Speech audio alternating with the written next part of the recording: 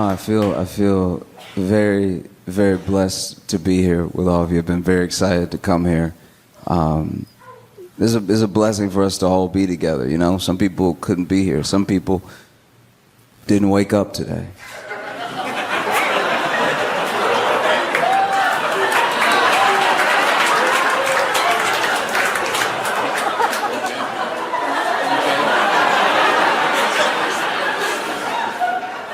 What I just said could apply to anyone.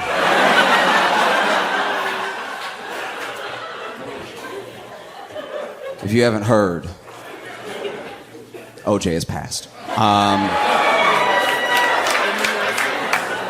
Yeah, you can tell by the. You can just tell. Okay, this.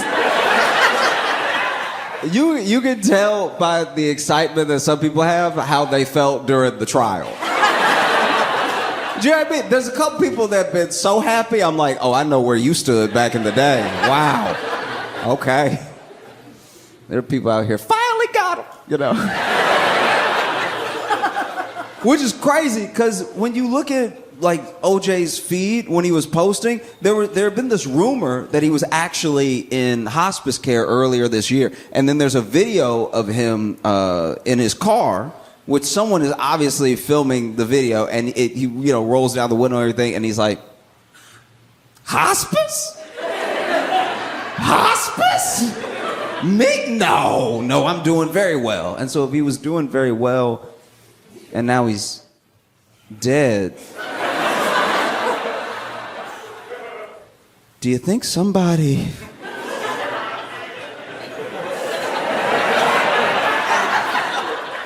I don't know. I mean, it'd be kind of funny. You know? It just feels a bit weird, you know what I mean? Like he just seemed like one of those people that would just be around forever. Not in a way that I'm like, oh, I'm excited that he's around. Just like every once in a while you would see a tweet from him or you'd see something and you'd be like, oh yeah, OJ is out. Yeah, I mean, and I say out because he did go to jail, just not for the thing we know him for. That's my biggest disappointment with OJ. You think after getting away with murder, you lay low. You know what I mean? Like, this is the time to play it cool, okay? You just got away with the most public we've ever seen. Like, the whole nation was watching, and then they said not guilty. And then you were like, let's roll the dice again. But now he's gone. And it's gotta be weird. Like him and Nicole are gonna have a conversation. You know what I mean? Like, I'm joking. They definitely didn't go to the same place.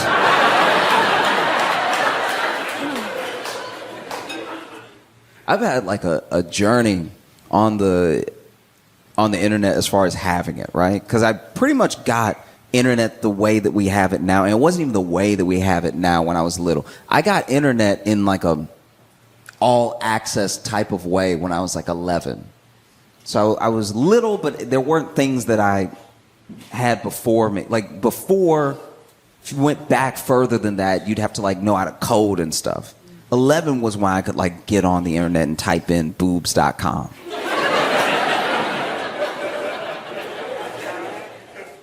And it's the internet has brought so many people together in the best and worst of ways, right? Because it used to be, before the internet, if you wanted community, you had to go out, you had to find your sort of like tribe of people, but on a more mindful level, you had to find your people, right? And it was very hard. It was very hard for a lot of people with specific interests, and it was very hard for a lot of people who were struggling with specific things. That's why it's like from 2000 and on that like every type of struggle, it feels like, is known and talked about. Because, yeah, you might have a bunch of friends who have just never been through the thing that you've been through, but now that you can look it up, now that you can find people. And so message boards took off. message boards were like this forum for everyone that believed in or liked the same thing. It was instant common ground, you know? And it was before the sort of like platforms, really. So you didn't have to worry, like if you were on a forum about a video game that you liked, you didn't have to worry about anybody making fun of you for liking the video game. It's why we're all here. Mm-hmm. And so there was this real community that started up. And it's tough when you're a kid because you're so alone when you're a kid in a very specific way. Because as a teenager, you're going through all the things teenagers go through, but you're going through them specifically as you. So no one knows what it's like to be you exactly. And so you do feel alone, even if you're surrounded by people. But sometimes, because you can impose so much on this faceless type, this faceless text, you feel like the people on the forum get you. And so then you feel like, okay, if people get me, I must not be crazy. If people get me, I must not be completely wrong in who I am, right? And that's pretty much how you get incels.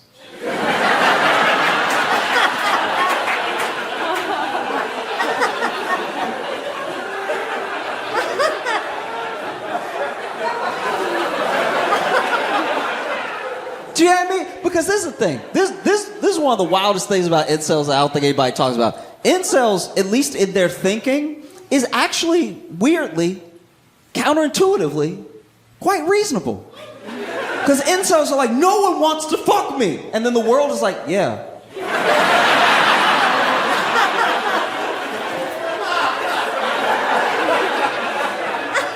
It's actually the dudes who are incels that go out and try every night that are the delusional ones.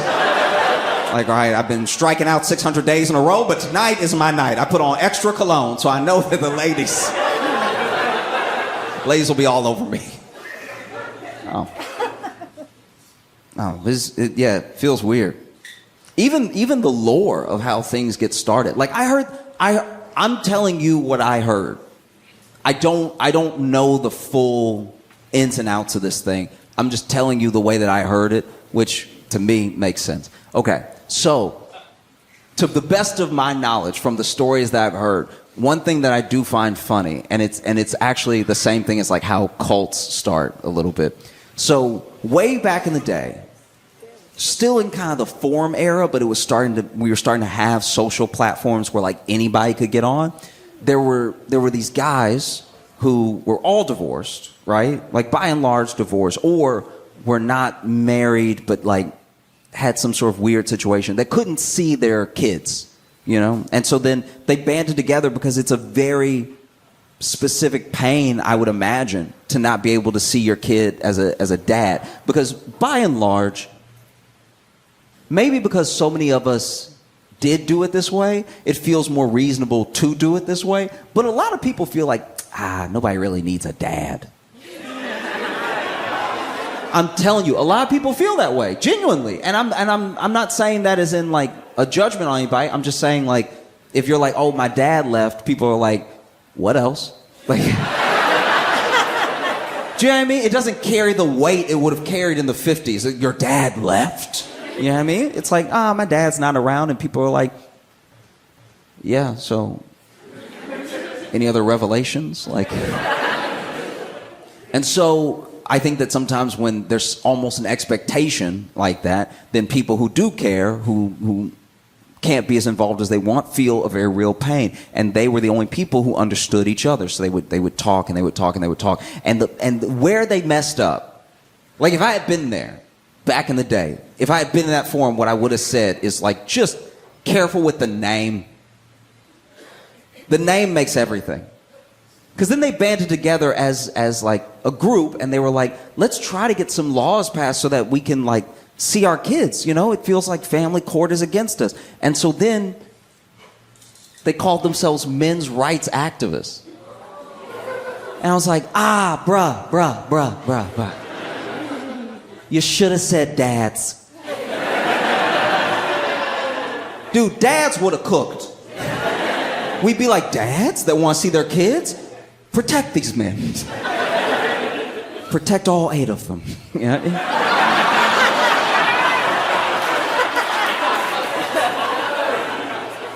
But because they said men, now men who don't even have kids are joining the group.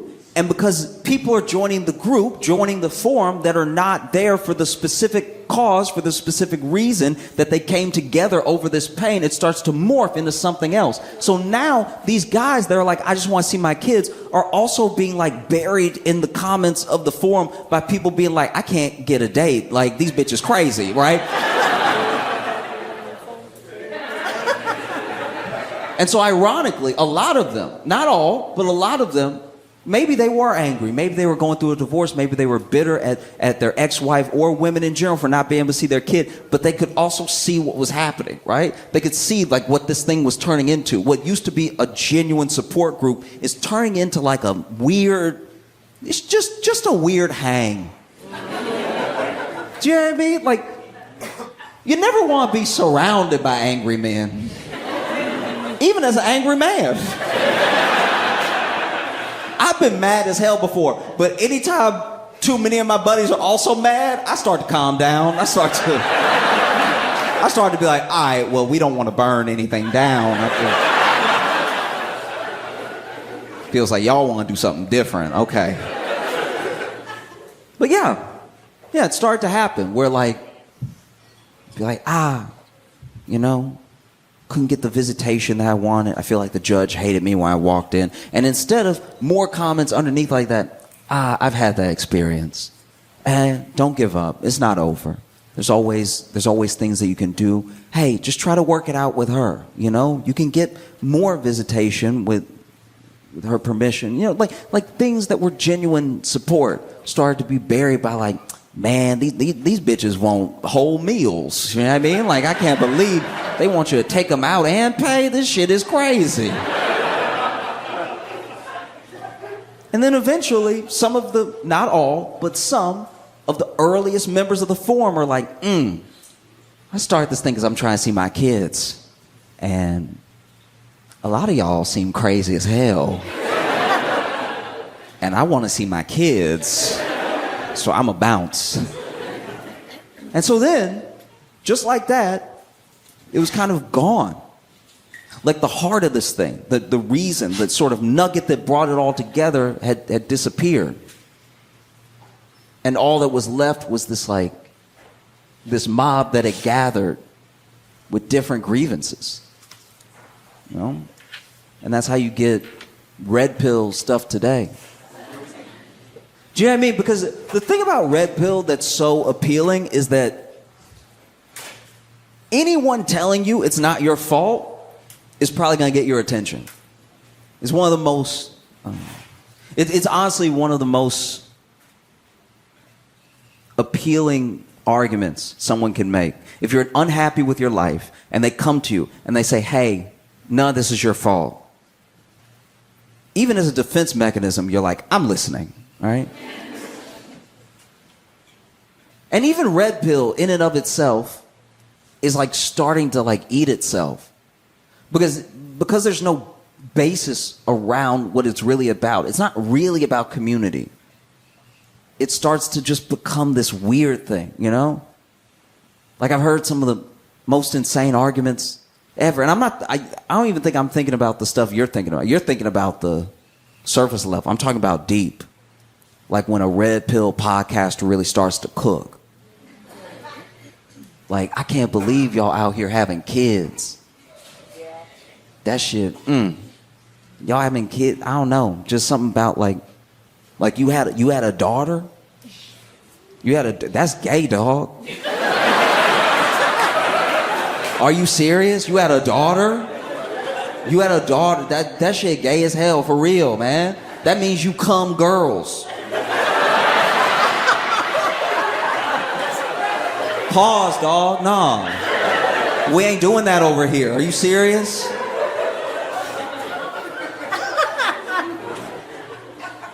But no, when I was a kid, I go over to my buddy's house and, you know, his grandparents had been together for 60 years.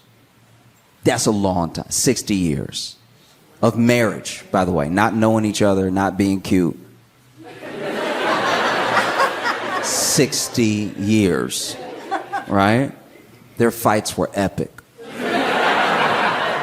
They were. Their fights were amazing. You know, because at 60 years, you let it all out. You know what I mean? Because at 60 years, you just say what's on your mind, because what are they going to do? Leave?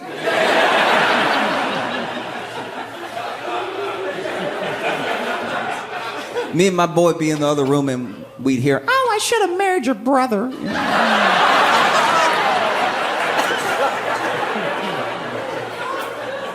And he was like, "Oh, okay, then my brother wanted to blow his brains out. All right."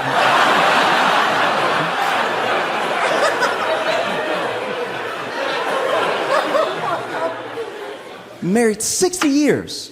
Crazy stuff, right? And basically, his granddad was going deaf very quickly. He was losing his hearing rapidly, but he didn't want to wear hearing aids because he didn't like how they made him feel, right? And I don't mean just the fit in the ear. I mean, like, he didn't like how he could hear so little naturally, and then he put him in and could hear across the street. Just made him feel like Daredevil without the rest of them. And I remember one time I was hanging out at their house, and we heard his grandma yelling all around the house. And then she came into the room where we were at because his granddad was watching us. And she was like, "Why won't you just wear some hearing aids? Okay? I got to yell your name all through the house. Then I got to yell when I get in the room and I even find you. I'm yelling all the time. I'm surprised I'm not losing my voice. Why can't you just wear your hearing aids so you can hear me when I'm talking to you? I feel like you don't listen to anything I say because you can't hear me talking to you." And you just saw him slowly start to smile.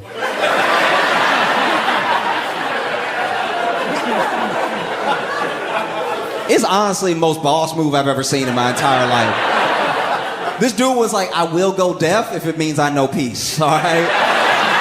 I have no problem." And one time, I was over at their house, and his grandma was watching us. And we were being quiet. So I don't know if she was saying this to us or to herself, but out of nowhere, she broke the silence. And she was just like, that nigga hear me.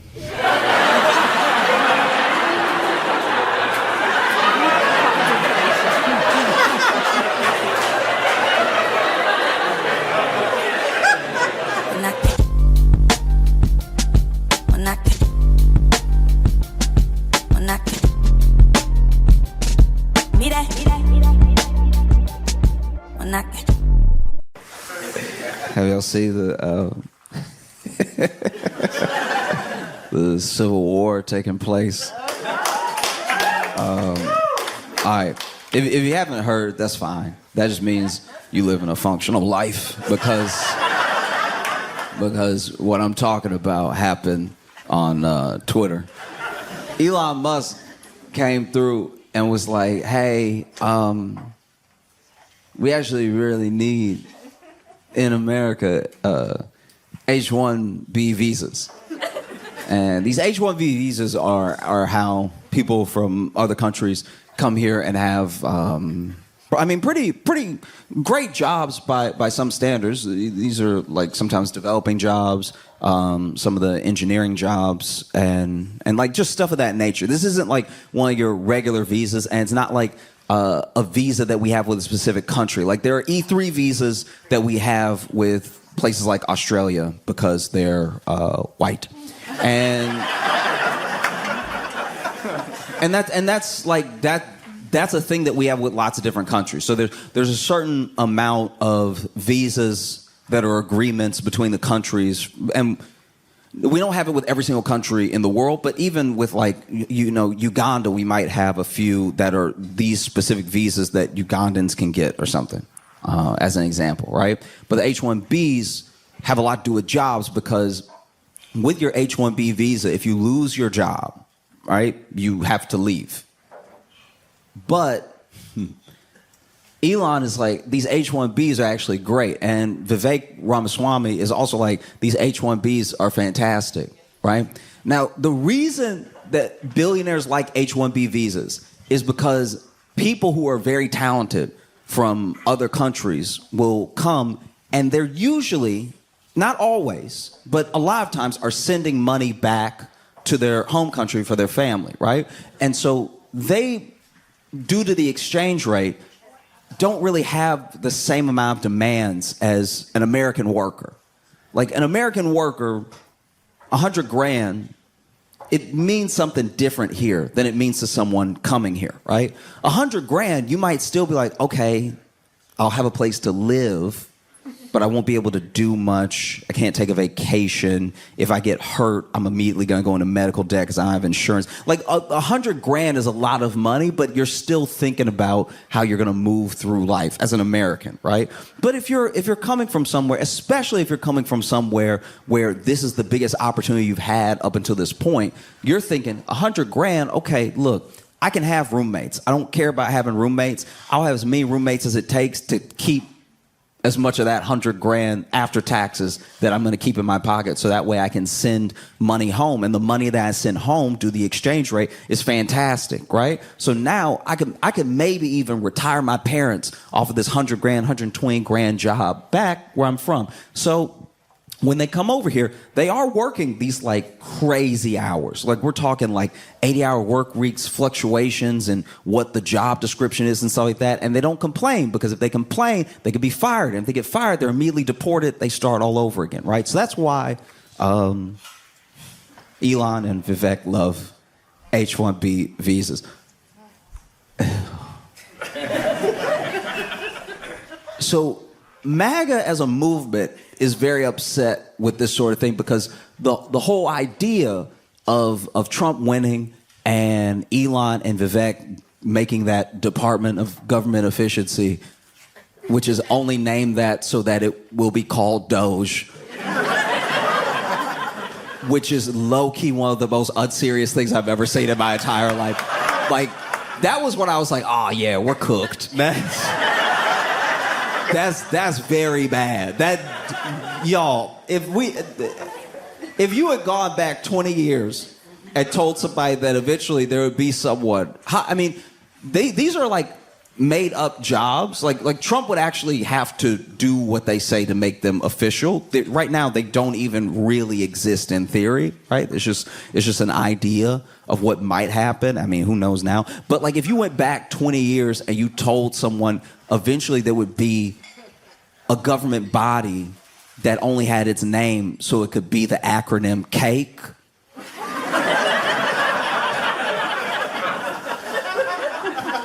I'm sure that person 20 years ago would ask, when did all the smart people die?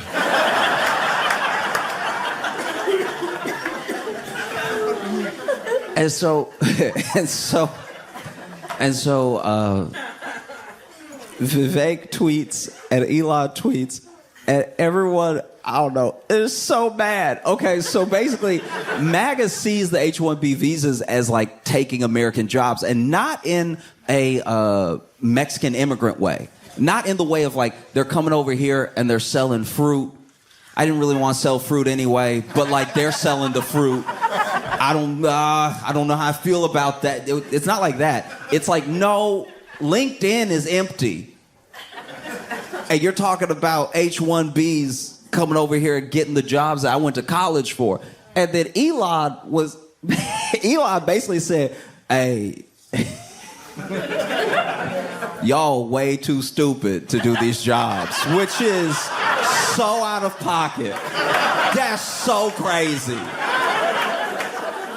That, in a weird way, this whole ordeal almost made me feel kind of bad for MAGA as a movement, because when you think about it, a lot of why MAGA started is because, you know, whether you want to put them in quotations as elites or like coastal elites or just people with money, those people for a long time, and this is something that I don't like, that I've seen for a long time, because it's a city rule thing that we do to each other a lot, where there are a lot of city people that look down on like rural people in a rural lifestyle, because they're like, oh, you're not educated. But then the people in the rural areas look at city people and they're like, you actually can't keep yourself alive. Do you know what I mean? Like you, I know you've read more than me, but like, how do you... Where does water come from? Tell me where water comes from. Oh, the bottle? Oh, okay. Oh, it comes from a bottle. That's cute. All right. You know, because don't get me wrong, as well-educated city people who I've been around, I've lived in lots of different places, and I travel around the country as often as I can, so I do my best to meet everyone so I can understand.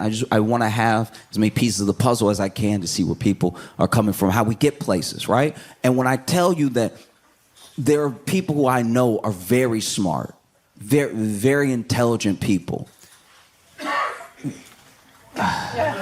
very smart people, but when you tell them that water comes from the ground, they look at you like, well, you must be drinking dirty water because...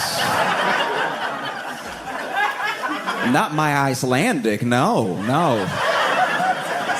Guys, so Elon basically says, y'all are like way too dumb to do these jobs. Like, I've seen your American schools, I've seen your colleges, and your colleges don't even match other countries' high schools. And the sort of general MAGA response to that was like, well, okay, but you agreed with us for the past like 4 or 5 years that the American college system was broken and that it's too woke and that we need to fix it and we need to change things up. And he was like, yeah, but you still dumb. Like that doesn't change. I don't think Yeah, I don't like it either, but that doesn't make you smarter that you went to a dumb school. And so then they lose it.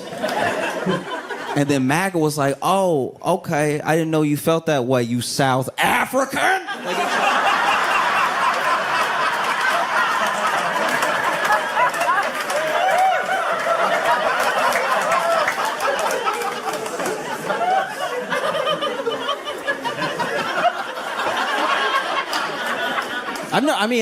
It's hard to find a whiter man than Elon Musk. Like no, I mean, like literally and figuratively in a sense, because he's very. Oof. You know what I mean? Like the sun, not a friend, right? But the way they were calling that dude African, just you ever? Because they're like African, but then I'm an African American, and that I've never had racism miss me like the Matrix.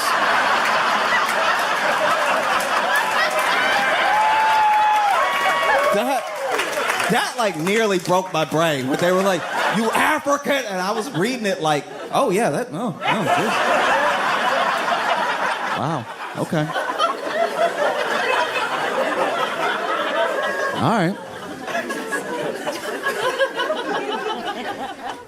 Elon has the most money in the world, the richest man in the world, and this is how you know that the path to riches is a dead end. Because this man has always had money, and he has more money than anybody. And he plays with different people. Sometimes he's number 2 for like a day. Sometimes he's number 1 for a week. But he's richest man in the world, is safe to say, right? I'm sure somebody can pull me up 4 months from now and be like, actually, this other person. It's like, yeah, for 20 minutes. But like, it's richest person in the world, and he's still deeply, deeply missing everything about what a joyous life is.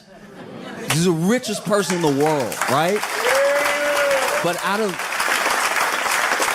all of that money that he has, all of the money he has, and he has almost all the money that he has, right? He has a cartoonish amount of money. All the money that he has, he wants nothing more I can tell you this right now, just from watching his moves, just from watching him talk, just from watching how he's interacted, even in this little spat that he's having. I'm not saying that this is the end of MAGA or something, or that the Republican Party's gonna fall apart. I'm saying that just this glimpse. This dude has all of the money in the world. He can have anything that he wants except acceptance, except like actually being in a room and knowing that everyone wants him in that room. He cannot buy being cool. He cannot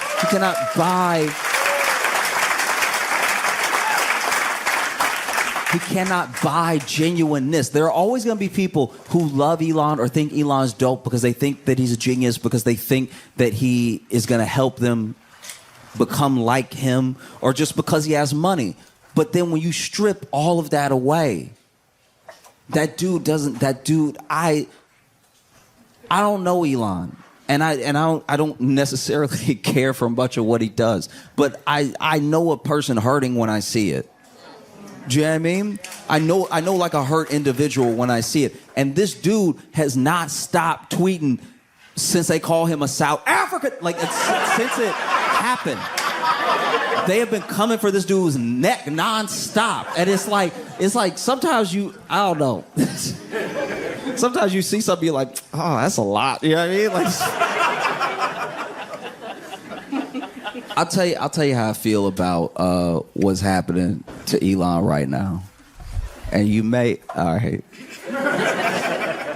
This may just be me, but there's a video online of this guy. This is right when the Popeyes chicken sandwich dropped, okay?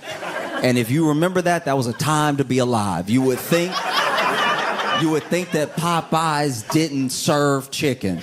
You would think that something revolutionary was happening because they took the chicken that they already sell and they put 2 buns on either side of that chicken. People ready to fight over this chicken sandwich, and they were running out, not of chicken, of the sandwich, which means they were only running out of bread. And people were losing their minds over it. They could not think, what do you mean you want a chicken sandwich? I waited in this line for 5 hours to get this chicken sandwich just to bite a piece of chicken and with bread on either side of it. I've been waiting all day to have chicken sandwich. Meanwhile, Chick-fil-A was next door being like, y'all, we hear all the time. Like, it's like, nobody wants that right now. I want the Popeyes chicken sandwich. And so there's a video where this guy is, I believe he's in Georgia. He might be in Atlanta, which also makes this thing very poor judgment. But this dude is in Atlanta. He's a white dude, right? And everyone else in the Popeyes is black. And I don't know how long he's been waiting. I don't know why he's so mad, but he's stomping around, right? And he's stomping around and getting in people's faces and stuff. He's like, "Where's my sandwich?" And then finally he goes up to somebody. He's like, "Get out of my way now!" And like it's just going back and forth, right? And then finally his sandwich is ready. He snatches the sandwich. He's like, "Give it to me!" And then he pushes somebody out of the way. And the person filming him is just like, "Oh no." Fast forward like 5 seconds, maybe 10. He's in the parking lot, sort of folded up. Because somebody beat his ass.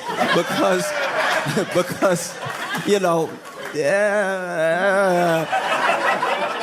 And so then, and not only are they beating his ass, but he's clearly folded up and sitting down now, and they've still put a hand on his shoulder just to create leverage, and are like uppercutting him a couple times, right? And so then after like the second or third uppercut, they walk off with his bag, and the person filming goes, "Oh, y'all ain't gotta take his sandwich though."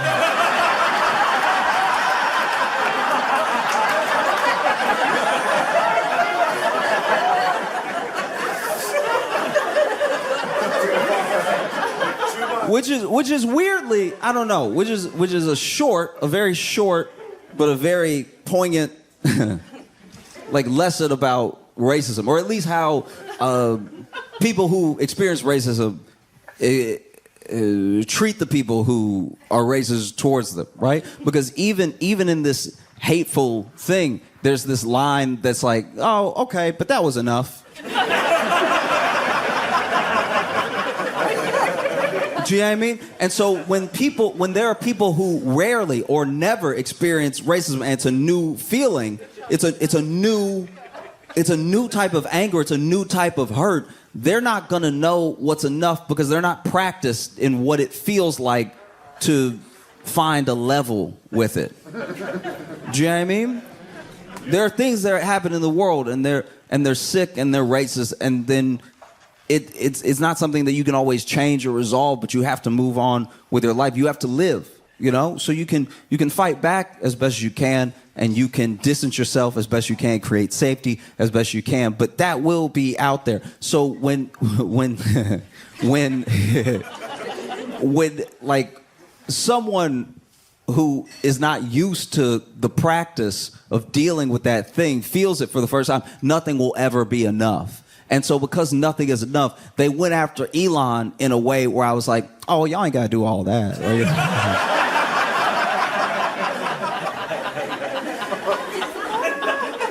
Because they hurt Elon feelings so bad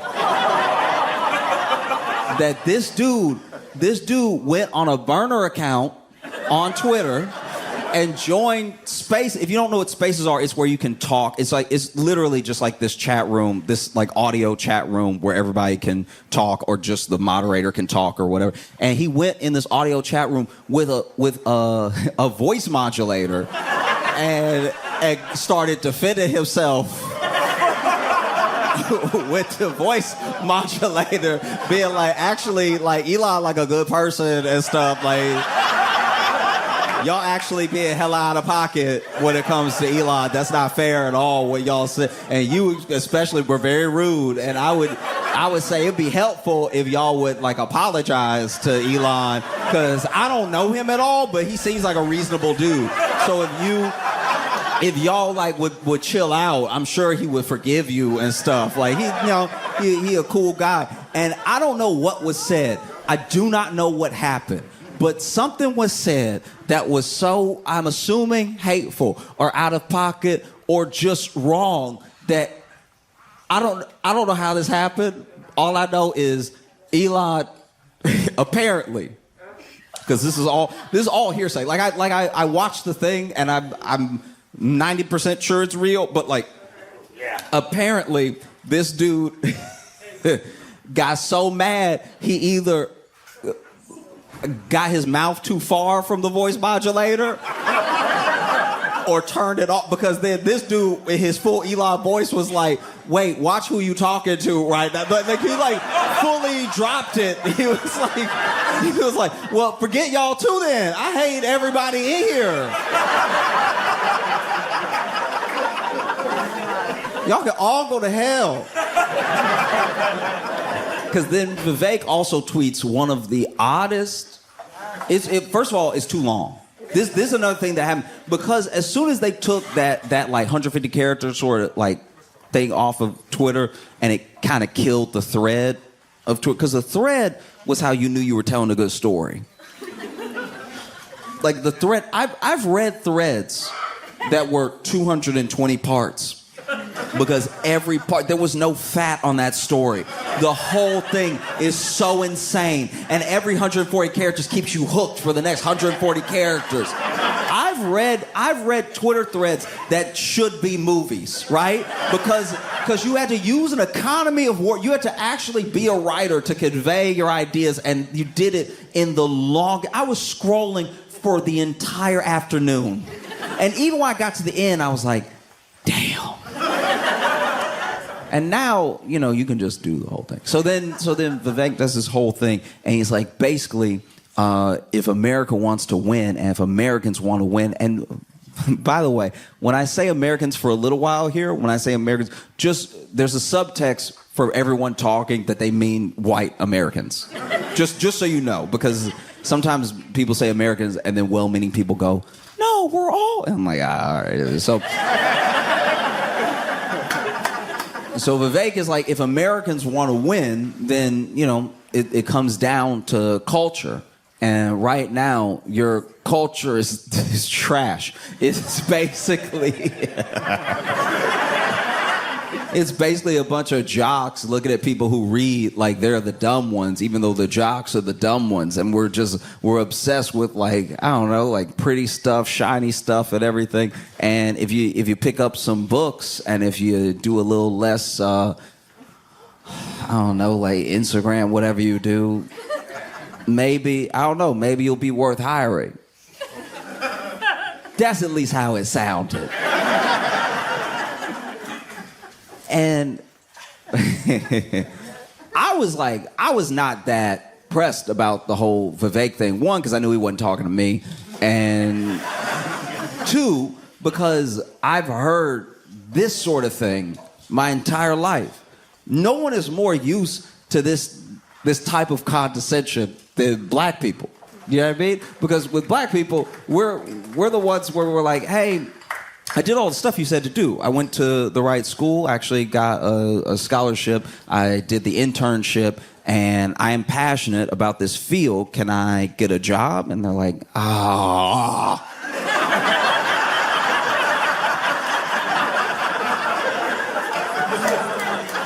We already have a black. We already have a black.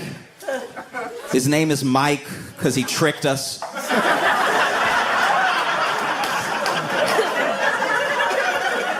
We already have a... Look, we would hire you. We would hire you. But the boss's dumbest cousin needs a job, and so we're going to have to give it to him. But, I don't know, keep applying, and then maybe if Mike dies... we'll need a black, so then you can do it. Do you know what I mean? Like that's just a general reality. And so to hear Vivek talk to white people like this was wild. That was so apart, because then the comments were all like, but I did all the stuff, and he's like, yeah, no, I know. But you're dumb. Like, I don't know what to tell you. I would never hire you, you know? And he doesn't say that. He doesn't say that exactly, but that's what he implies throughout the whole thing. And then he stops responding because it's thousands of people.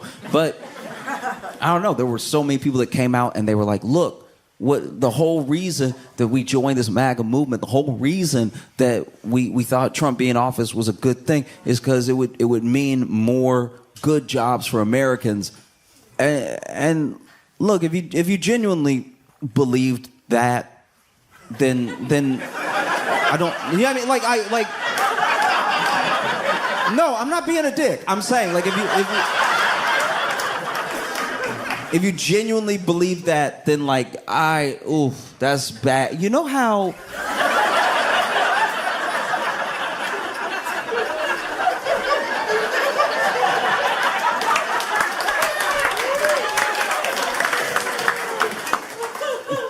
This happened, this thing happened, and I really, I worry sometimes. I think about this a lot, and I think about this with every like topic that I talk about, or any joke I tell, or story I decide to talk about. That like, I would like to believe that like. I would like to believe that empathy, compassion, and kindness are the way forward and will get us somewhere. I don't know if that's true. I want that to be true. I think if you make your obsessions community, culture, connection, and compassion, then I think that there's a way forward. You know, I don't know if that is right. It might be incorrect. It's what I've chosen my best to do. And I'm human, so I'm probably going to mess it up a lot. But one thing that happens in my mind, what I think of when I think of MAGA is a story from when I was just getting out of high school. It might have even been my first year of college. No. It was like my second year of college, right? And I was getting off a shift at this restaurant that I worked at, and my friends were picking me up. And when they picked me up, we would hang out on the weekend, all the times that I was back at home, which is where the restaurant that I would work for extra money was. So I would leave college, I'd come back home, work a shift, and then spend the weekend with my friends. And that particular day when they picked me up, I knew I was spending the night at one of their houses. But when they picked me up, they're like, hey, I live in Alexandria at the time. They're like, hey, we're going to, I think we went to Opelousas or Leesville or something, which is like an hour and a half away or a couple hours away. And when I get in the car, they say this. And I'm like, why are we going to Leesville? And my buddy's like, it's a surprise, right? And so then we get all the way over there. Now, my second friend in the car is about to go away to seminary. So I went to a Catholic school for high school, and I actually like treasure it as an experience, not because of any sort of like religious teaching, but because it gave me a little bit more insight into how people think and how the people around me thought about me and about the world, right? But then there were some people that went to the school that were like, yeah, we'll do this forever. And he was one of them. He was like, I'll just be a priest, because that was his track, right?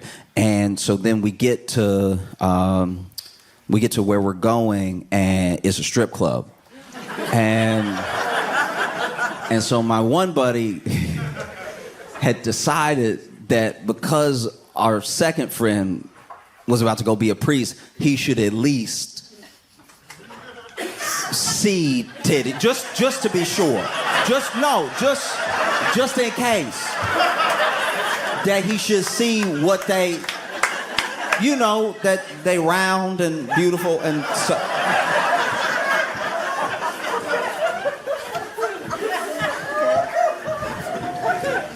And so then, we go inside, and I'm okay.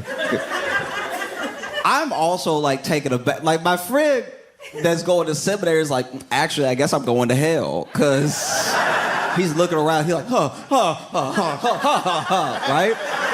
I'm just generally slightly uncomfortable because I was like a late bloomer, sort of like accepting myself and like accepting my. I guess the way I come off to people and stuff. And so I'm still like this awkward, tight, as soon as I walk in, right? I'm nervous, and he's nervous for like different reasons. He's like, you know what I mean? And so then our buddy who took us, who was driving, buys my friend who's going to seminary lap dance.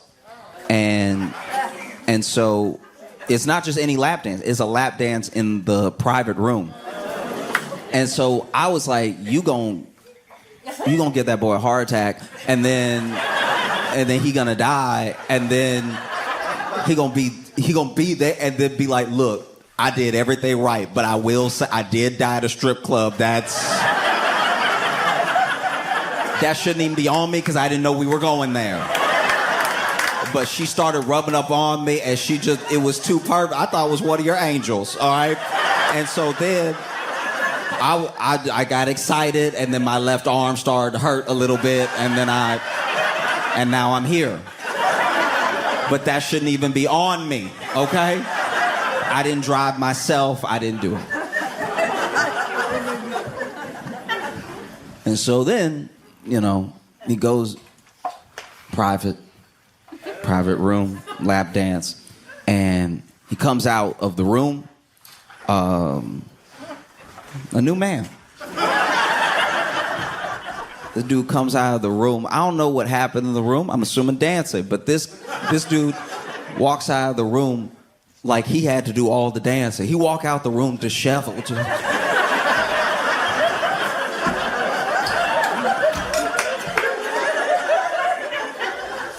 And he goes up to our friend and he's like, do you have money for one more dance?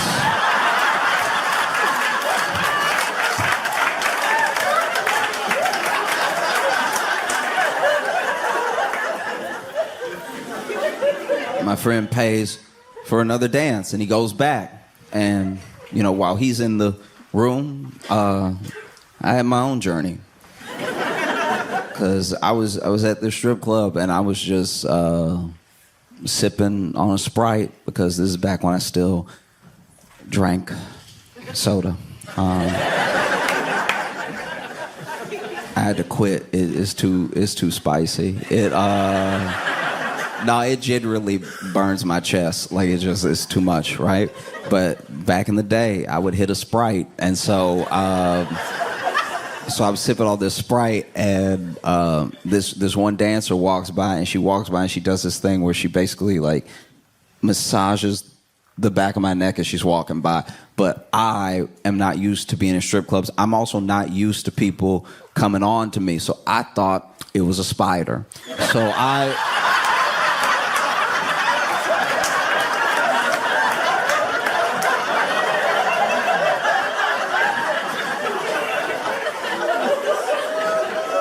And so I thought it was a spider, so I started swinging. And I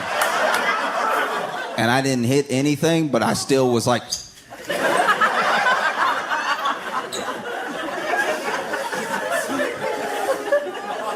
And then later, another dancer came over, and she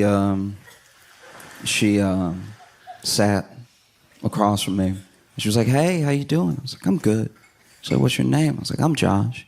And she's like, "What brought you in today?" I was like, "Oh, my friend, he's gonna go to seminary."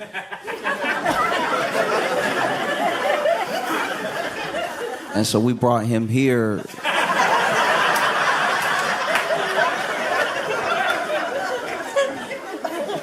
To make sure. I don't really know what the plan is. And she's like, "Oh, okay, yeah, you know, that's a funny story. You're funny." And I was like, I didn't say anything funny. He's like, "Oh, well, you're kind of cute." And I was like, "Oh, thank you." So you want to buy me a drink? And I was like, "Oh, yeah, sure. Do you want a Sprite?" I'm drinking a Sprite. And then she smiled, very sweet smile, and then she got up and pushed her chair in and walked over to some of the other dancers. And she was, I don't know if she knew I could hear her. There was music playing, so I know she was yelling it to let them know, but I was still within earshot when she said, she gets up and she goes to the other lady. She's like, "Oh, y'all, don't worry. He's slow. Don't."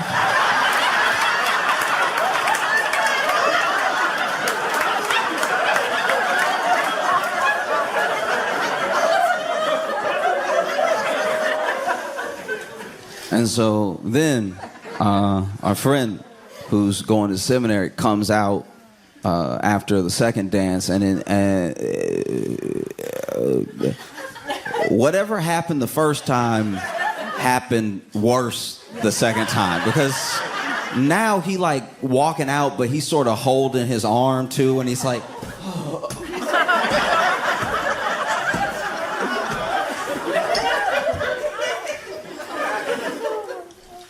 "Do you have money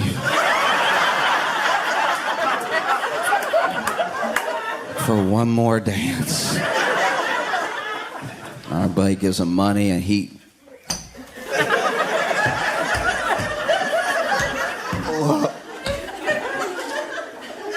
goes in there, and you know, I'm sitting with my buddy who brought him, and he's the only one out of all of us who's like chill in this situation. And like I don't know if he was like a cool guy anyway, but maybe he had just been to strip clubs before, but he was just not fazed. He was just like, "Oh, I'll get you a drink, yeah." And then our buddy comes out. Comes out of the private dance room, and honestly, nothing working. I was worried that he had lost his sight. Because he walk out like,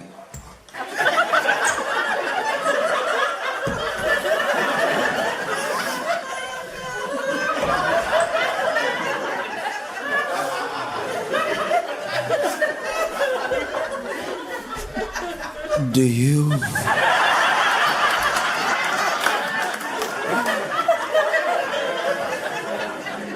And our friend says, I'm sorry, man, but that's all the money that I had. It's probably best that we head home now anyway. And we get in the car. We're headed back. And it's not that long before. It's not like silent. We play a little music and stuff, but nobody's really talking. And then finally, our buddy that's going breaks the silence, and he's like,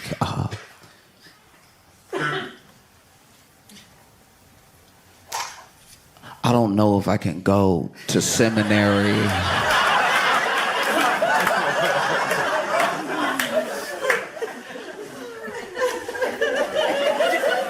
In that moment, I had my own dilemma because I was like, does that shouldn't land on me though. Like I shouldn't. That shouldn't be any of my hell though, because we technically broke he was a pre-priest, but like there's gonna not be a priest now because of what happened tonight. But that's not on me because I didn't drive us here, and I didn't have a ride. So then and Uber wasn't a thing yet, so I couldn't have gone. And it would have been too expensive anyway, so I was just along for the ride, and now I'm in here, and then he talking about he not gonna...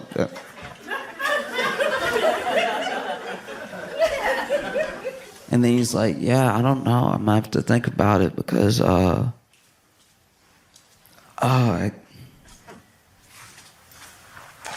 think Cherry loves me.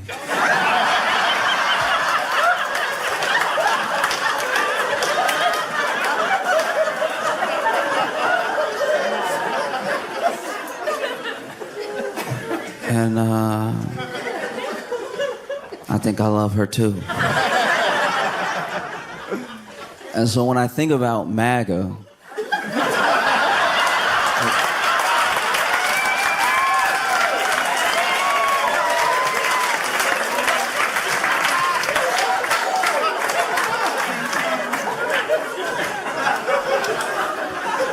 it feels like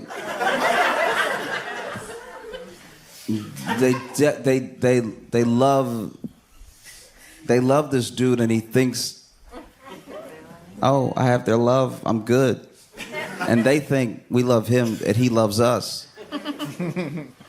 But he's just up there dancing.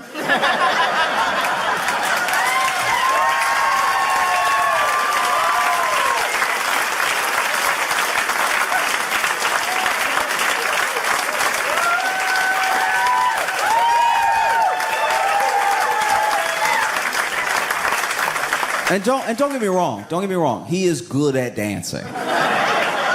He is. Like when you watch him dance, you're like, that was at least funny, or it was like, oh, it's so weird. But no matter what, no matter how he dances, everybody talks about it. You know. And I think that with Vivek and with Elon, you know,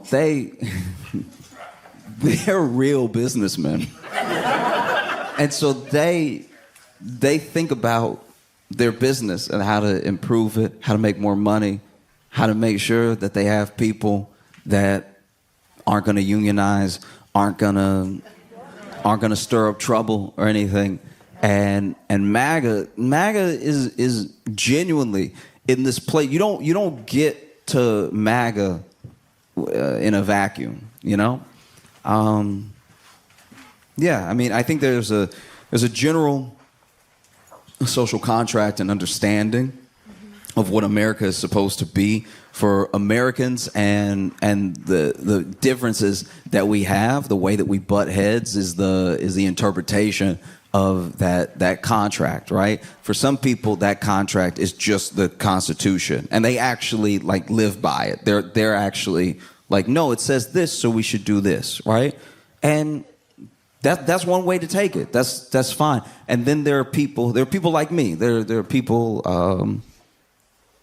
that at any point in American history have been deemed different or other, that see the contract as something that you might get by happenstance of having money, but is not going to be given to you outright.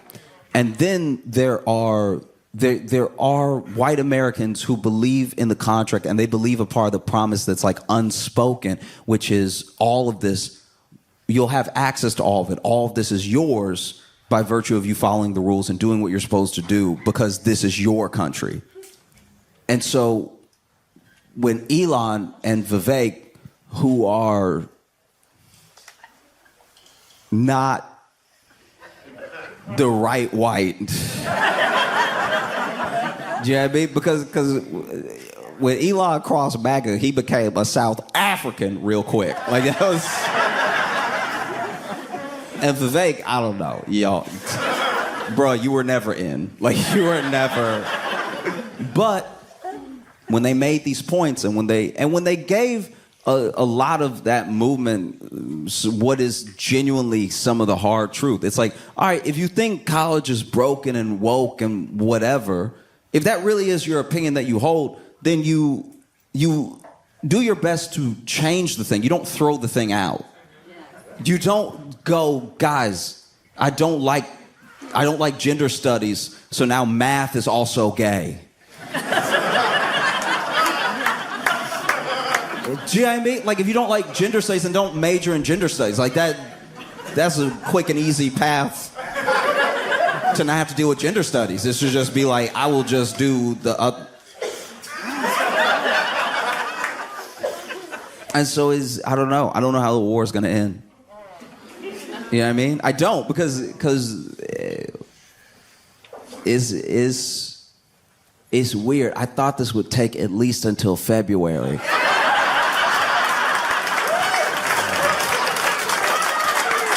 Y'all have been phenomenal. Thank you so much. Y'all have a great night. I appreciate you.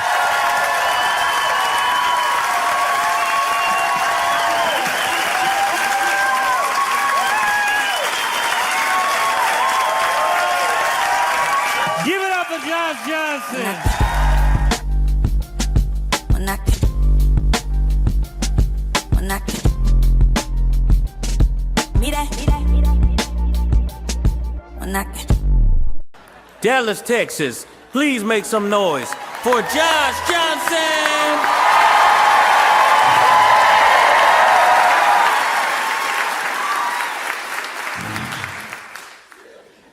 It is crazy to me that everybody, no matter who you are a different person to everybody that you know. Like, we have the idea in our heads, we understand that we're different to our parents than we are to our friends, than we are to our coworkers. But I mean, like, every single person. Just because of when we meet each other, how we meet each other, what we mean to each other and everything. I have a friend from growing up. His name is Squish. And Squish guy's name, because he's pretty accident prone. In fact, the way I met Squish was he was walking, and this kid was in the cafeteria, and he stepped on a pickle. And this kid flew. He stepped on the pickle like he stepped on a Hot Wheel. I didn't know pickles had that type of movement. The pickle didn't even disintegrate. He just stayed on it perfectly, like a roller skate, and couldn't stop himself like a Looney Tune. One leg in the air, one leg on the pickle, and couldn't seem to get off. And he was screaming the whole time. Ah! This man was Janelle Monáeing across the floor in a panic. Ah!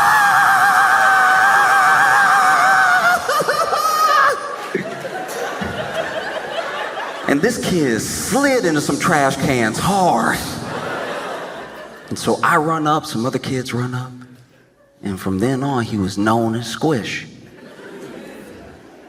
And Squish some of his accidents aren't even his fault. Like, we had a classroom fish. was floating in the tank, swimming around and everything. And, it was a different person's turn to feed the fish every day. And whoever fed the fish last didn't close the slide in the top of the tank back. And so the fish popped out of the tank, landed on the floor, and was bouncing around a little bit. And Squish just happened to be walking by. And we all screamed. We were like, no! And he was like, what?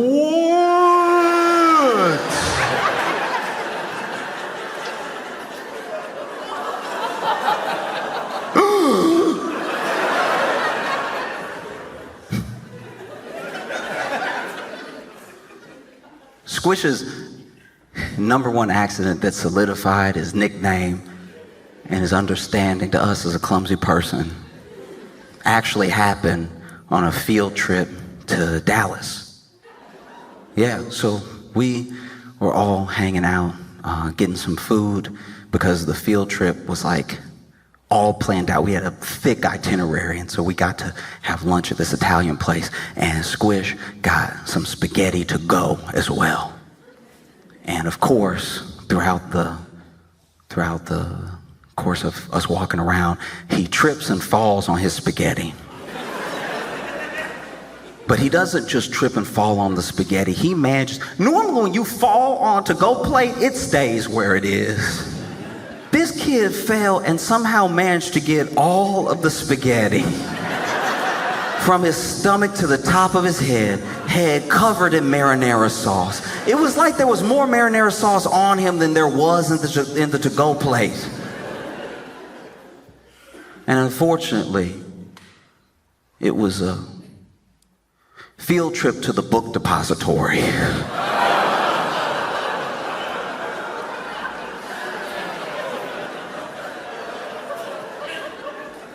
So if you were passing by, all you saw was a kid covered in marinara and spaghetti on his head going, help!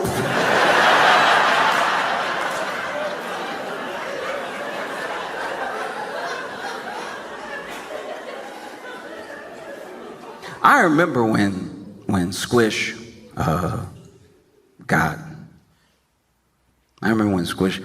married. I remember when he had a kid, and I remember when his wife told him, and is wild because when she told, I wish he had been doing a bit or something, just making a cute little joke for the two of them. But she said, we're pregnant, and without missing a beat, he went.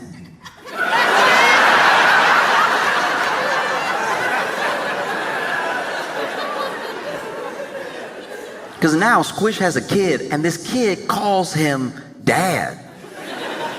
That's wild to me. It's wild that the people that I grew up with are upgrowing people. That feels crazy. That genuinely feels unacceptable. That the people that I grew up with are making new people that don't know what they're like.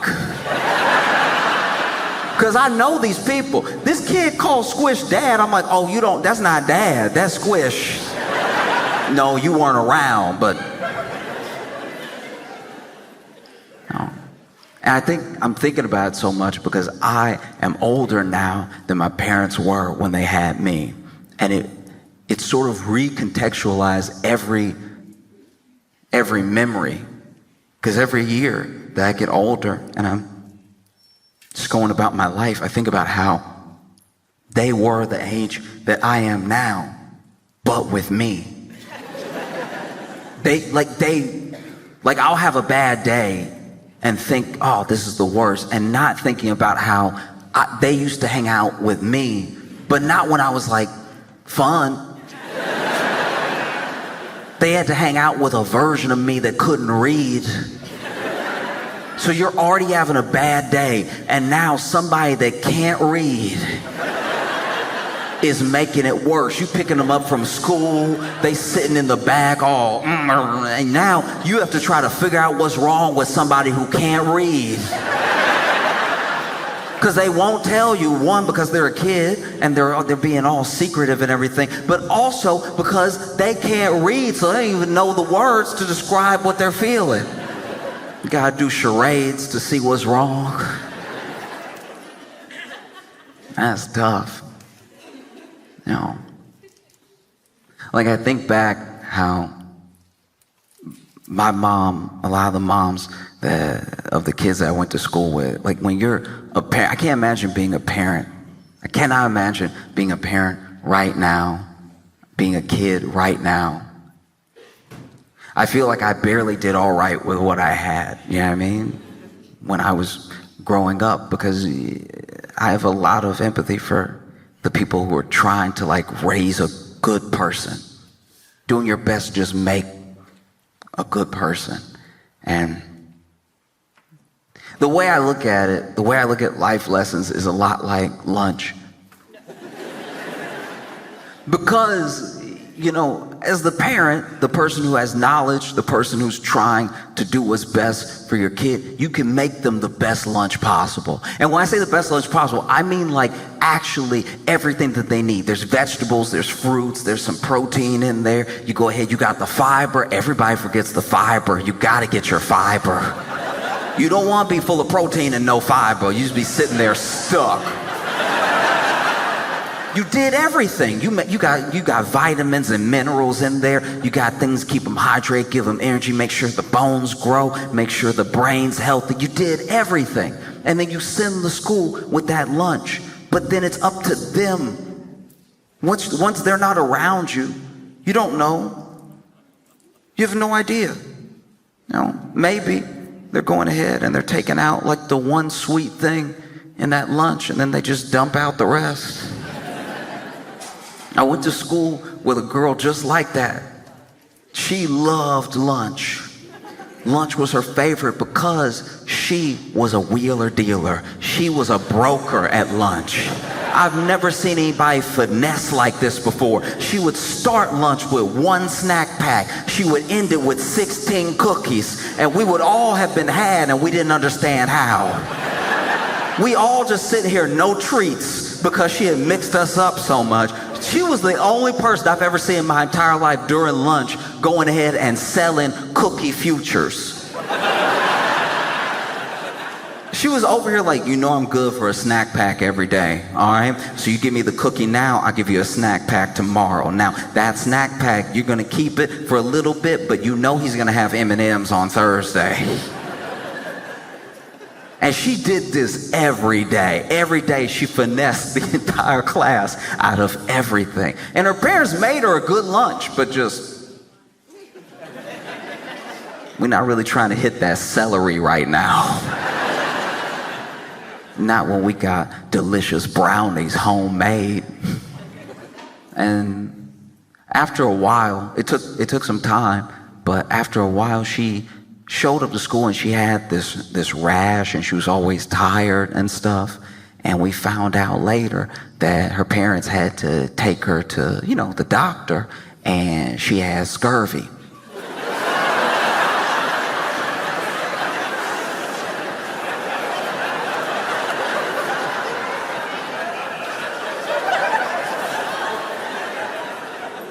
In the modern age, it is damn near impossible to get scurvy because every day, even by accident, you slipping into vitamin C. You know how many treats you gotta be eating with nothing good to hit the scurvy? This little girl had scurvy, like a Caribbean pirate.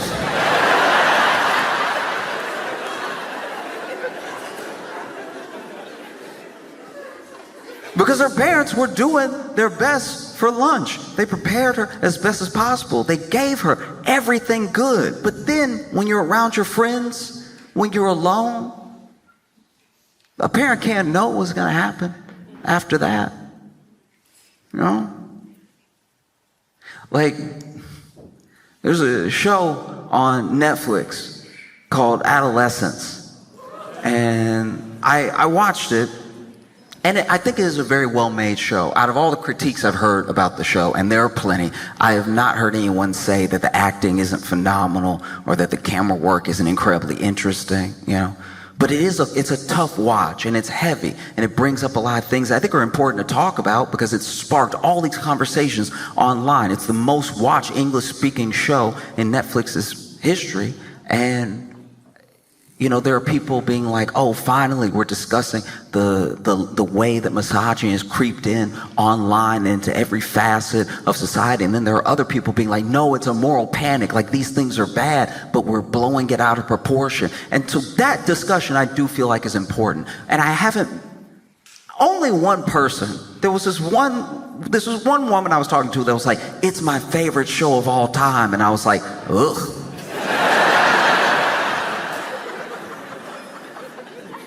Favorite all time ever? Did you watch the whole thing and that's your favorite thing you've ever watched? I'm not judging, I'm just saying that's a lot like being like, my favorite place to go is the dentist. It's like, all right, I mean, it's good that you went, but just you telling me that makes you feel good?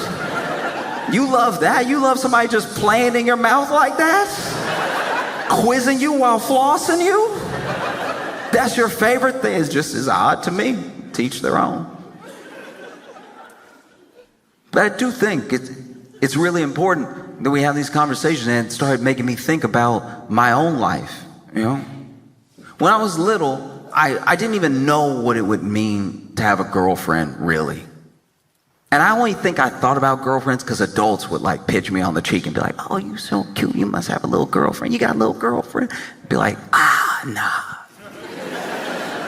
You're not around the rest of the time. I'm actually quite a lot.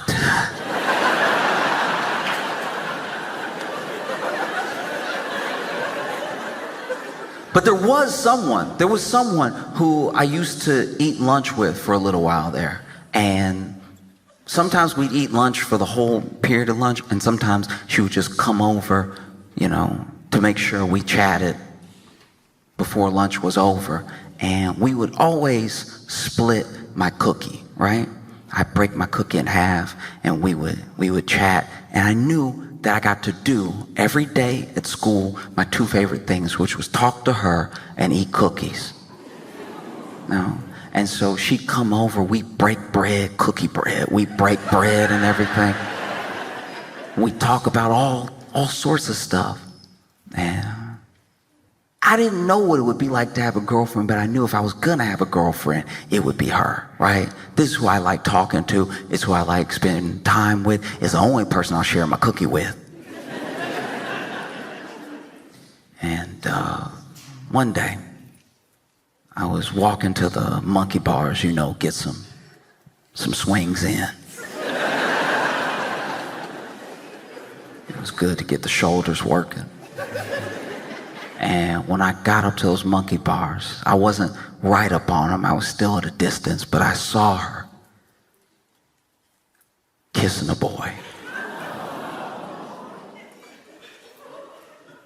And I was distraught.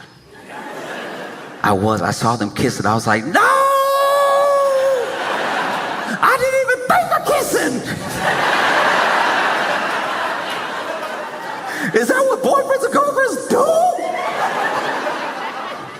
Hey, you know, we little, so they not even really kissing. They more just butting heads and everything.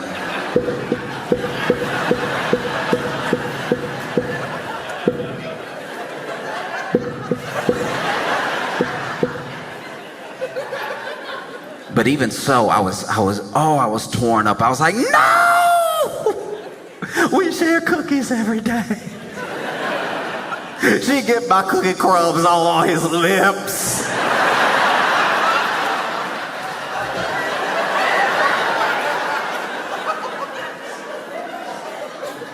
And I didn't go up to the monkey bars. I went to the little castle that we had on the playground, and man, I cried. I was torn up, you know. And I didn't know what to do in that moment. I didn't know how to fix the way I was feeling, and it felt like I had done something wrong, even though it was just life happening. You know, this person was still someone who I liked very much, but I was like, no, what to kiss? Did the cookie mean nothing?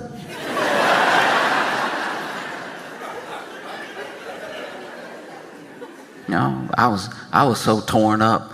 When we went back to class, I couldn't even learn. Teacher sitting there with a word problem, simple word problem, trying to get me to hit that 3 + 4, and I was like, 3 kisses plus 4 kisses is 1 broken man.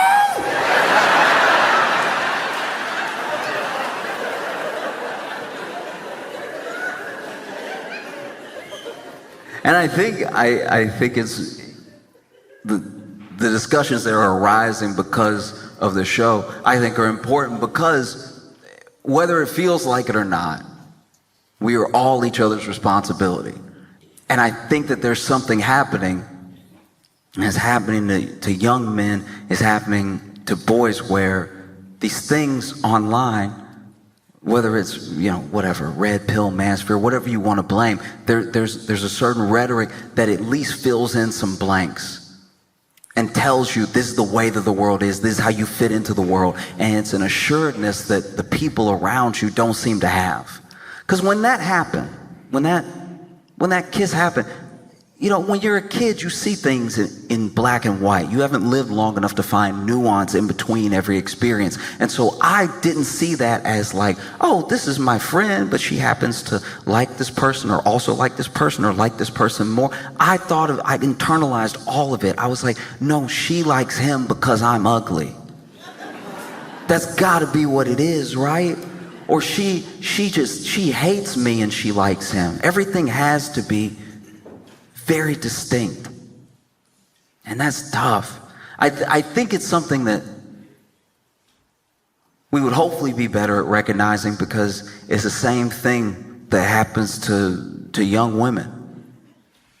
Like when I was a kid, especially when I got to be a teenager and stuff, I was angry. I had all the regular problems. It wasn't like anything extra was happening. But one time an adult sat me down that I was talking to for a long time, and they said something that stuck with me ever since, because I was just telling them how I felt about everything, about how I felt about myself and the world and the people around me, and it all stemmed into this one question. They were like, who taught you to hate yourself? And I couldn't answer it. Because the truth is that I don't know if it's that explicit, and I don't think that it needs to be. When you're young and you're just trying to make your way through the world, I think it's a balance that gets created with the people around you and with yourself, and it's easy to tip, I don't know if anyone was running up to young women specifically making sure that they felt like they were ugly. They just told them that everything that wasn't them around them was beautiful.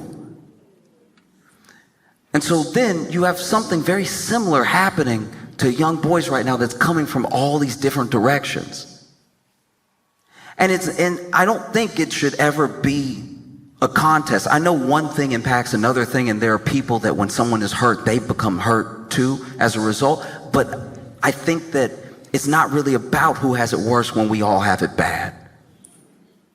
Sometimes when somebody's going through something and they're open about it, if it's not the person that we decided to band around, right? If it's like a unique person going through something and they're sharing it, sometimes the response, instead of being empathy, is almost backlash, right? They're going through something and they're being open about it, and people are responding with like, oh, boo-hoo, you'll be fine.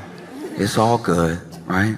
But this person is coming to you earnestly, and they're going through something, Like we don't really, if I'm being honest, we don't really talk about the body dysmorphia that a lot of men have. There are men packed into gyms trying to look like the action figure.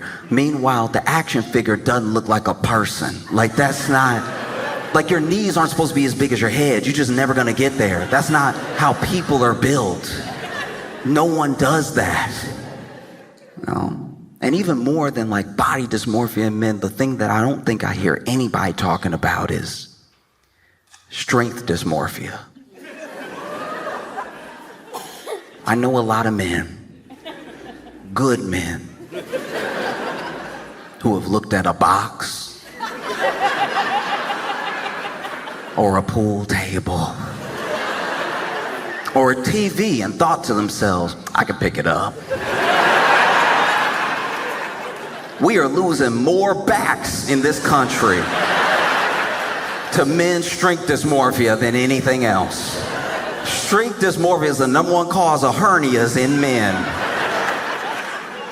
Because then you'll try to help. You'll try to be that person, to be there for them. Be like, hey, wait until we can get some help. Don't do it by yourself. And they'll be like, you don't think I can pick it up? And you're like, it's not about me. Your knees don't think you can pick it up. Your legs don't think you can pick it up. Your back doesn't think you can pick it up. Your glutes don't think you can pick it up.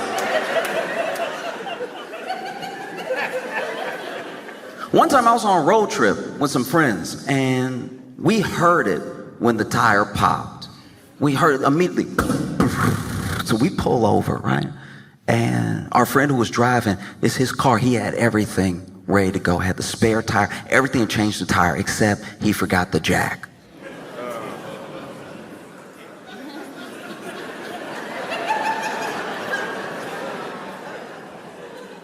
So then our friend Jack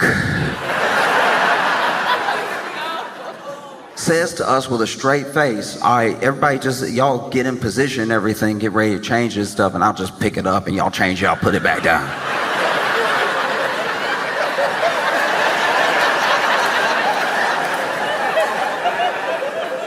I had questions. I was like, pick up what, change what? He was like, no, look, y'all pick it up and, start changing, I'll put it back down. It may take us a couple tries, but we'll get there.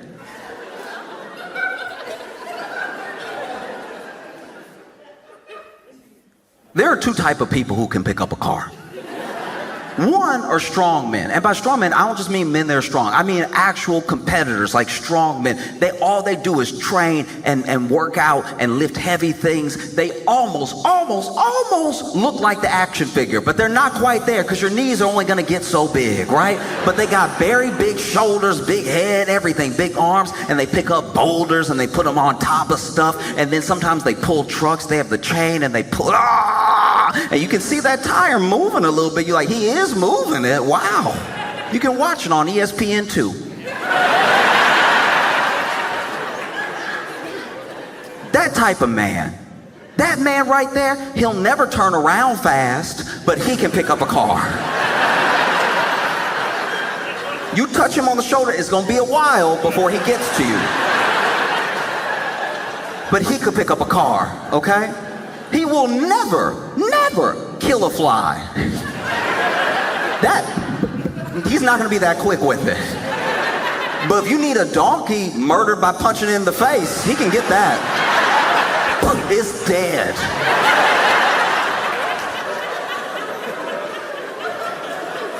That's one of the type of people that can pick up a car. The second type of person that can pick up a car is a mother whose baby is under the car. And even in that scenario, she can pick up the car because the part of her brain, out of concern for her child, that would normally say, girl, think about your joints, has shut off. It's not like she picks up the car, gets the baby out of the way, and is fine afterward. Her ligaments are shot. But she can do it.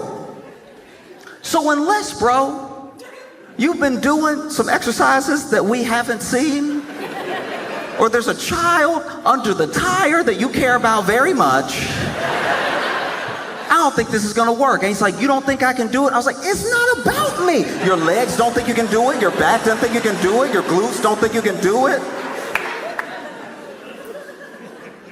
But he wanted to try. And so everybody got out of the car. Everybody got in a position. One friend was there with the spare tire. Other friend was there getting ready to start unscrewing everything. I didn't have a job, so I just stood there, as a witness to record, And we know that there is a way to work out. We know if you want to lift, there's a way to do it correctly. You're trying to deadlift, try to squat, you get your legs shoulder width apart. You go ahead and make sure your knees stay in line with your feet so you're not buckling one way or the other. You go ahead and put your butt out when you're trying to pick it up. You keep your back neutral, keep your core engaged and everything. You lift it up, make sure your neck is neutral and stuff. We know all of these things. This man got in the weirdest position I've ever seen in my entire life. This man got, okay, so he got under the bumper like, okay.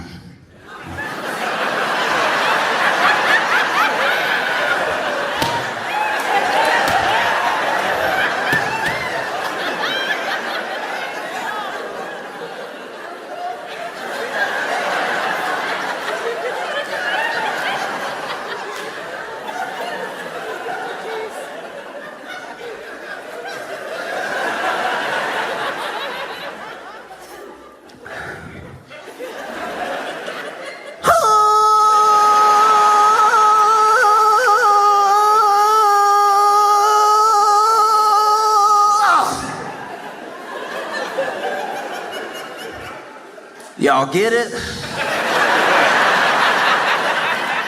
We were like, no, it didn't move, because it's a car.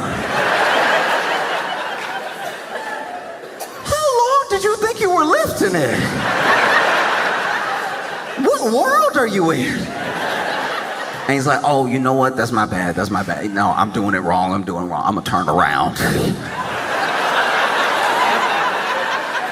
Turn around. You know that lift that's famous for being much easier, where they go to the Olympics and they put the bar behind them to pick it up. You know that thing that we've all seen before? This fool turned around, put his back to the car, like, okay.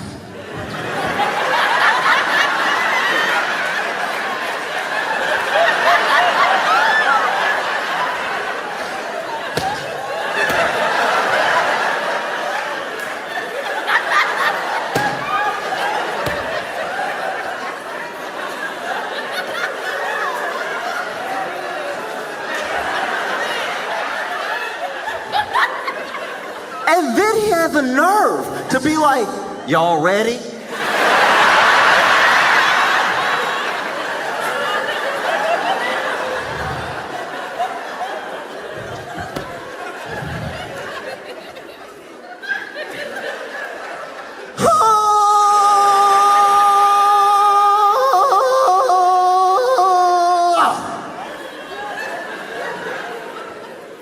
Y'all must have got it that time, right?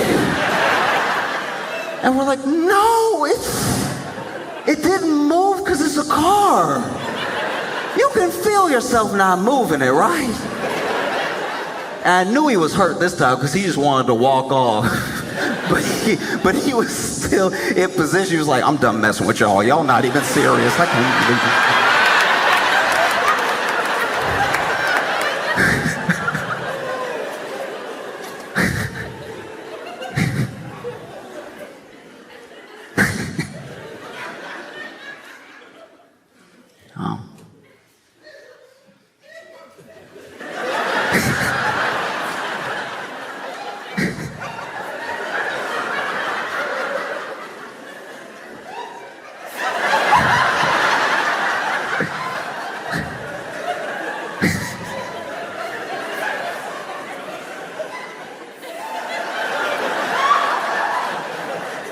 Over here doing my job for me. That's right.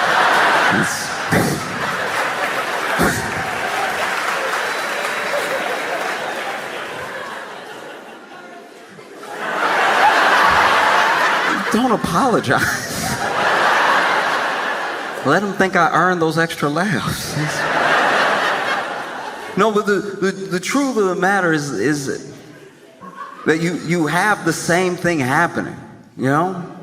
We kind of, I'm not saying we figured it out, but we kind of addressed it with the Barbie in theory. And there's something that's like laid out all across the internet. And it's made me think about the question that I was asked. Who taught you to hate yourself? And I finally answered it in my own head. It's probably, whoever taught you to hate yourself is probably selling you something. That's all it is. We recognize it. We've learned to see it with women when it comes to makeup, when it comes to a certain fit, all that stuff. But with men, you don't see it called out in that same way. Because trust me, all these dudes, all these manosphere bros, all these red pill dudes, every single one of these guys is also selling a course. Oh, that's curious. I thought we were brothers and you wanted to help me get girls. Why are you selling me? Okay. And some of it, we have to remember, because all of these people, no matter who you're talking about, young boys, young girls, all these people are very young, they're very impressionable, and they're trying to get a sense of the world. And you can fill the lunchbox as best as possible. But one thing that's assured is that all of your best qualities will not just be passed down. I wish it was true. And you can fill that lunchbox with as many good things as possible. But it then is up to them, when they're with their friends, when they're by themselves, to actually look at what's been given to them and not just trade it for a bunch of junk. Because now you have parents who feel like out of nowhere they're meeting a new person, a person that they didn't raise. They hear these things being said that they never taught their kid, and they're like, where did this come from? And some of it, not all of it, but a good portion of it can be blamed on being online. I think it's a mistake to just say that it's online throughout. Just go ahead and throw away the phone. Don't let the kid get on the computer or anything, because the people posting these things are real people out in the world. So those ideas are running rampant in the world anyway. But I do think that it's in how algorithms are built. You know, you show genuine curiosity for one thing, and all they're trying to do as a company is hold your attention, keep you on the platform. So they see you choose one thing, so they send you more of that thing. And so it sends you down a rabbit hole. We always blame ourselves for falling down a rabbit hole, but it is what's served to us after we just watch one thing. You know, you watch one alpaca kick somebody in the chest.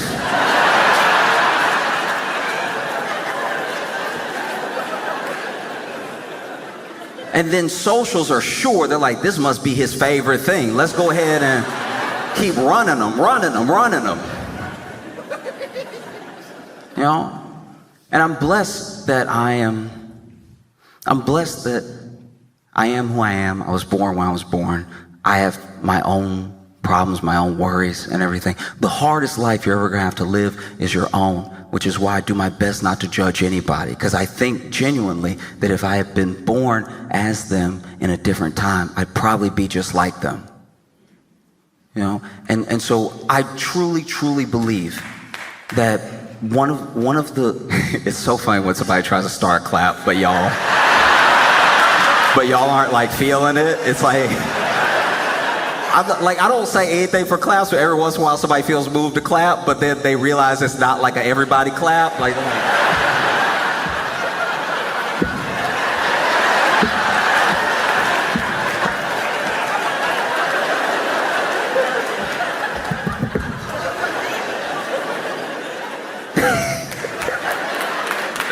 No. I didn't want to, but I didn't. You know. Let me earn it. but the truth is that, like, when it's that easy, I think we have to look at these problems as interlinked, you know, because people talk about incels, they talk about people who've taken the black pill, all that stuff like that. And you got to recognize truly that these like incels, whatever people end up calling them, they don't really hate women. They hate themselves. That's where all that comes from. And I can only imagine if I was a kid now and I came home and I got online and I typed in to Google or any platform, especially social, Why would she eat my cookie but then kiss somebody else?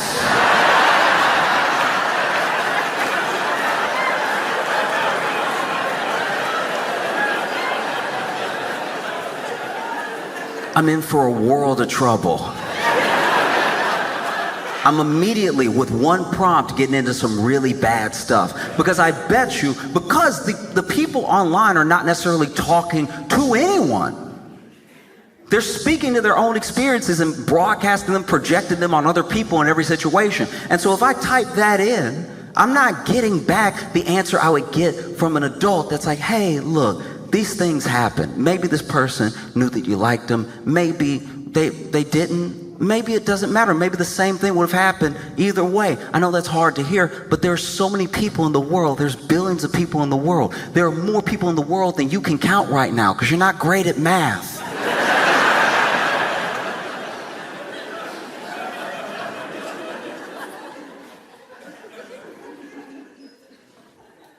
That's what, to me, I'm not acting like I'm an expert. I'm not a psychologist. I'm not a sociologist. I haven't met every person. I don't know what everyone is going through. But to me, that's the key. That's what solves it when people are like, what do we do? What do we do? You just stay in each other's lives as much as possible. You know? All of this missing stuff gets filled in by the internet because we aren't there to do it. And I don't just mean parents. I mean like real community. I mean everyone that you know. Do you tell the people in your life that you know that you love them all the time? Do you never let a day go by without the people in your life knowing and feeling like they're loved by you? It just takes you. It only takes you. And so when you have something like that happen, you type it, you come home, you're crying, you're like, why was she with the cookie and the kisses? I'm not likely to get someone who's gonna give me a solid answer, an answer I can take to the rest of my life. You know? I'm probably gonna get somebody coming on, big old shoulders, being like, that's right, that's what women do, they take cookies. And best believe, brother, she's coming for your cookie tomorrow. And next time she won't want half, she's gonna want the whole thing. That's why you gotta shut these women down before they get your cookie. If it even gets that specific.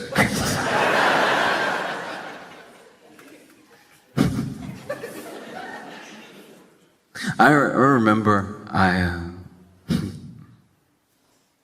I was in college. College was the first time that, like a lot of people, that I was out of the house, and I was really out there by myself. I had to make all new friends. It was good for me though. I had to just get acquainted with a new environment, and I had never been somewhere where it was all up to me. Go to bed whenever you want, do whatever you want, eat whatever you want, right? As long as you're getting good grades, nobody really cares. As long as you're not causing a bunch of havoc, no one's gonna say anything. And I made a friend when I was in college, and we had a conversation one night that was genuinely transformative because when someone opens up, and I'm not trying to be particular here, but it's true. When someone opens up, especially a man that's never opened up before, what happens next in that moment is crucial. It's incredibly important. Mishandling that moment almost guarantees that not only will the wall go back up, it's gonna have another layer of bricks. It's gonna be even harder to break down. And we just got to talking. I don't even know who shared first, but he told me things. He told me about his anxiety, depression, his feeling, his lack of purpose, all the things that he thought that he was missing in the world, and everything that he thought he was not worth, and things he thought he would never get. And it was all just like coming out so earnestly. And so then I did the same. I told him things. I told him about my anxiety, my depression. I told him about everything that I was going through, how I felt about myself, how I felt about the world, the people around me. Like nothing would really matter if I was here or not, right? And we shared for a while. And then when it was over, we realized like we were the only people we had told these things to. Everything else, we expected to just take to the grave, and we had just told it to each other because there was someone there to listen. And I know sometimes it it can happen where like a man opens up to you and you don't know what to do. And so I'll give you one tip. If you really don't know what to say, if things are coming at you and they're things you would have never imagined coming out of this man's mouth, just hit him with a word. It won't fix everything, but it's a good placeholder. Because as men, sometimes word is all we really need. We're like, yep, you get it. See, you get it. But truly, we shared a lot, and in that moment, we didn't know what to do, so we just hugged it out. And don't get me wrong, it was a manly hug. You know, we tightened our arms around each other and we hit the pats. That's how you hug as a man. You go ahead with the.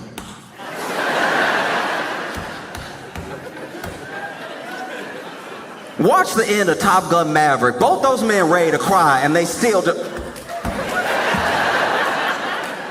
I don't know what to do, so I gotta hit it.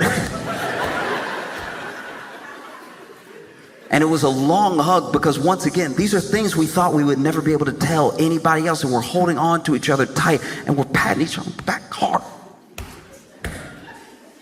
And I'm not proud of it. But eventually, I did burp.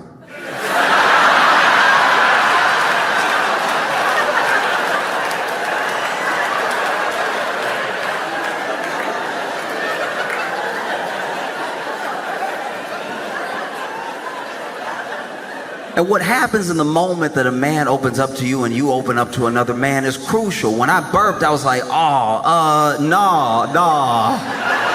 I'm never opening up again, okay? What I look like? I just poured my soul out and I got burped by my boy? Never. No, we not on that.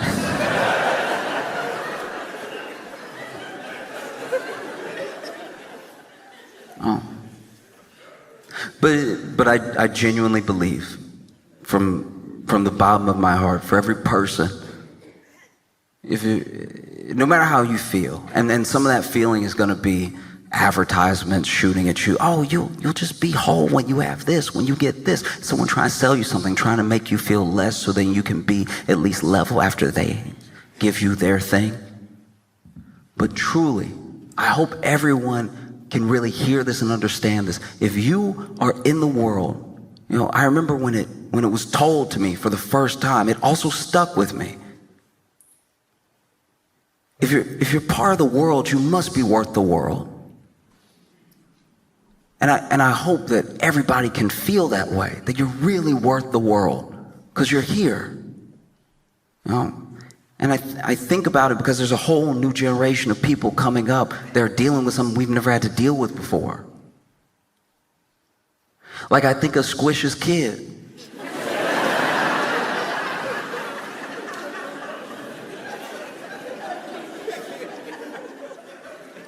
I was very nervous when Squish became a father because he has dropped everything I've ever seen him hold.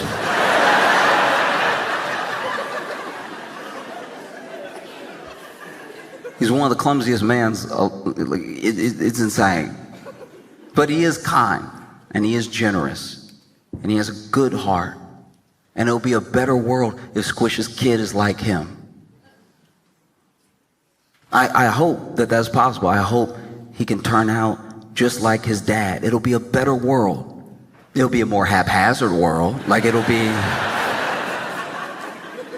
a different type of dangerous, but